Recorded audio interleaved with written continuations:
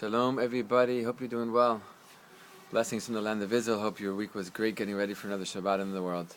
Parshat Vayigash, we're getting close to the end of the first book of the Torah, Sefer Bereshit. And we're learning these stories, these incredible stories of our ancestors. And we learn an amazing teaching that the stories that are found in the books of the Torah, specifically in Sefer Bereshit, the first book, are in some level like a spiritual blueprint for our own lives. That in all the stories of our ancestors we can find teachings, we can find relevance, we can find parallels for our own lives. And that's why we're able to open up the Torah every single week, year after year, for thousands of years now, and find relevant, meaningful teachings, right, to our days, no matter what the generation, no matter what's happening out there, no matter how much the world changes out there, this one book, right, remains significant and meaningful and relevant. So, Parshat Vayigash. We start off this week's Torah portion, Vayigash Yehuda. Right, in this whole story of Yosef being sold by his brothers and then becoming a powerful leader in Egypt, and his brothers are coming down for food because there's a famine in the world, and they're standing before Yosef, and they don't even realize because they don't recognize him anymore because it's been so many years and he has a big beard now. But Yosef, of course, recognizes them, and this whole playing out of this story, of this circumstance, of this situation between Yosef and his brothers before he finally reveals in this week's Torah portion, Ani Yosef, I'm your brother. This whole time, this whole story, it's been me standing in front of you. It's an incredible thing. It's an incredible revelation when Yosef says those words to his brothers, helping them to understand that this is all from God, all from above. Right? What seemed like a crazy, confusing, mysterious mistake, wrong, and I'm not sure what's going on, was actually all perfect. Right? But before Yosef gets to that point of Ani Yosef, so there's this meeting between Yehuda and Yosef. And Yehuda steps forward to basically defend himself and his brothers, trying to plead with Yosef not to take Binyamin, their youngest brother, as a captive, right, to take me instead, Yehuda says. It's a whole part of the story. But you have this face-off between Yehuda and Yosef. And Rav Kook, quoting verses from Tehillim, from Psalms, teaches that Yehuda and Yosef represent two very important but two very different aspects of Judaism, of Jewish thought, of the Jewish vision, of the Jewish mission in this world, of the Jewish idea. That Yosef represents Judaism out there in the world, Jews out there in the world, the universal aspect of Judaism.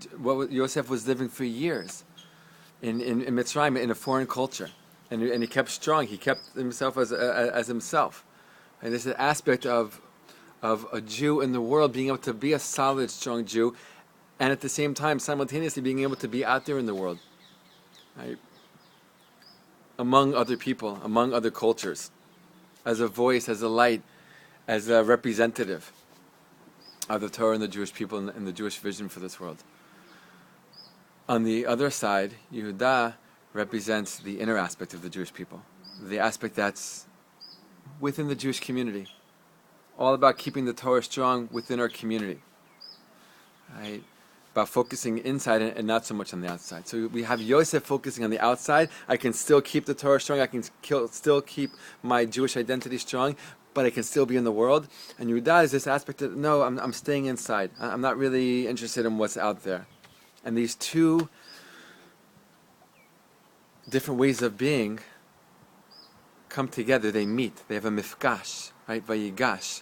They confront each other, they're facing each other, they're staring each other right in the face. On some level, it's like two mirrors looking at each other. What's in the middle? What do they see? Right? They're two totally different visions of reality and how we're supposed to live in this world. And Rav Kook continues to teach that while these two aspects of the Jewish people and the Jewish way may seem like there's no way that they can come together, one day eventually they're meant to. Right? That we do have these two aspects of ourselves.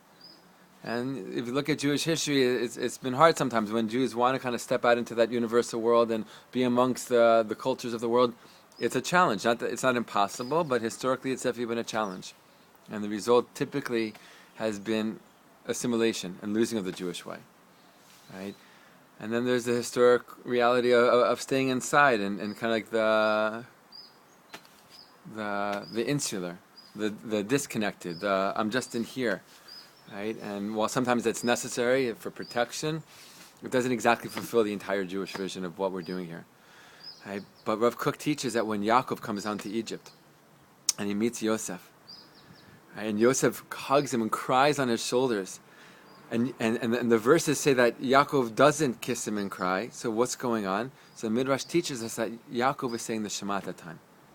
Of all times, he hasn't seen his son in so many years. His son is crying on his shoulders, and he's saying the Shema now. On some level, it's a very beautiful thing. It's a spiritual thing. Yofi. But what's going on here? So Rav Kook teaches that at that moment, Yaakov is uniting these two ways of being.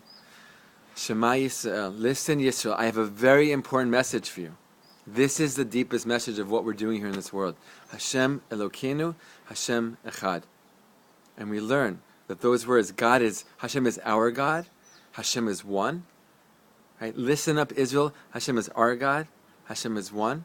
That what Yaakov is saying is that there's an aspect of the Jewish people that Hashem is our God. It's ours, right? Of course, God created everything and is connected to everything and behind everything, but on some level, we have a very unique relationship with the one God. Right? That we have our own unique way. It's what makes us Jews different than everybody else. What makes Jews Jews. Hashem Elokeinu. But don't forget Hashem Echad. Right? Hashem Echad, Hashem is one for all people in the world, for all existence, for all reality, for all worlds, for all generations. And Yaakov is uniting these two life approaches, these two worldviews, represented by two of his sons, by Yosef and Yehuda, in this one verse. And he's coming down to Mitzrayim and he's weaving everything together and he's showing his sons and he's showing us today, thousands of years later, that what does it mean to be a Jew? A Jew, it means to be a Jew, to be living in two realities on some level, to have feet in two different worlds, a foot in both worlds. To have the aspect of ourselves that is unique and different and separate on some level when it's important. Right? This inner aspect. And another aspect, my foot is out there in the world. I'm there, I'm a part. History is not just something that happens, to people or outside of me, to other people. It's the unfolding of reality. It's the unfolding of the divine will. And we're part of it, and they're part of it, and everyone's part of it. And there's an aspect of a godliness in everything. Right? And everything is part of this story. And everything is part of God. And everything is connected to God. Right? So in both of these worlds, the inner and the outer, Yaakov comes to tell us this. He's telling his own sons, he's telling us this today. Right? We should be blessed to live this in our life, in our world, bring these two visions into one, right, which will eventually be the reality for the future, right, when all will be one and all will be clear and all will be loving and all will be light. As we look back at the days of Hanukkah, right, we can still see the lights flickering. At the Shabbos, we can still feel it for just another little bit more time. Blessings and love from the land of Israel. Shabbat Shalom.